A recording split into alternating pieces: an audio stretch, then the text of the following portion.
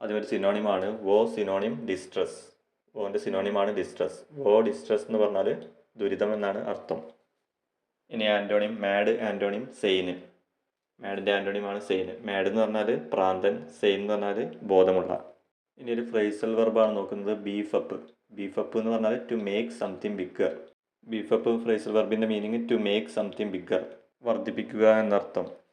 ഇനി ഒരു collective noun ആണ് a dash of fish, a school of fish. ഫിഷിൻ്റെ കളക്റ്റീവ് നൗൺ സ്കൂളാണ്, സ്കൂൾ ഓഫ് ഫിഷേഴ്സ് എന്ന് പറയും. ഇനി കറക്റ്റ് സ്പെല്ലിംഗ്, എൻസൈക്ലോപീഡിയൻ്റെ കറക്റ്റ് സ്പെല്ലിംഗ് ആണ് കൊടുത്തിരിക്കുന്നത്, അത് ശ്രദ്ധിക്കുക. ENCYCLOPAEDIA.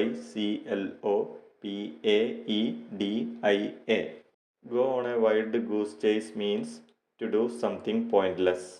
അതായത് നമുക്ക് കണ്ടുപിടിക്കാൻ കഴിയാത്ത കാര്യത്തിന് പുറകെ പോയി ടൈം വെറുതെ കളയുക, അല്ലെങ്കിൽ അർത്ഥശൂന്യമായ കാര്യങ്ങൾ ചെയ്യുക. Ad hoc means for a specified purpose. Ad hoc for a specified purpose. Ad hoc എന്ന് പറഞ്ഞാൽ ഒരു പ്രത്യേക കാര്യത്തിന് വേണ്ടി മാത്രമുള്ളത്.